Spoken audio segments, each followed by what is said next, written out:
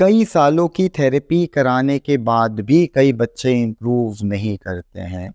देखते हैं कि क्या-क्या रीज़न्स है, किसकी वजह से ये इम्प्रूवमेंट नहीं आती।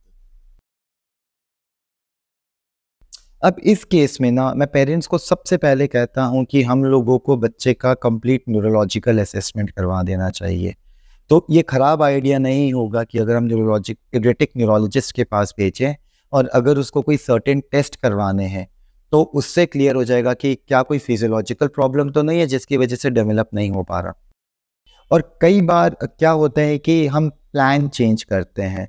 कई बार हमें लगता है कि ये वाला ट्रीटमेंट जो प्रोटोकॉल हम कर रहे हैं इतना इफ़ेक्टिव नहीं है।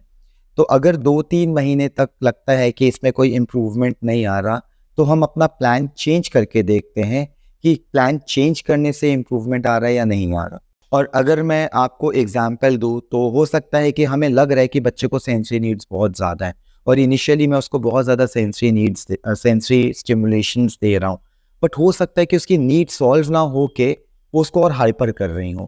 तो उस केस में मैं सेंसरी को रिड्यूस करके उसको कॉग्निटिव पार्ट में या फिर उसको फंक्शनल में ज़्यादा लेकर जाऊँगा।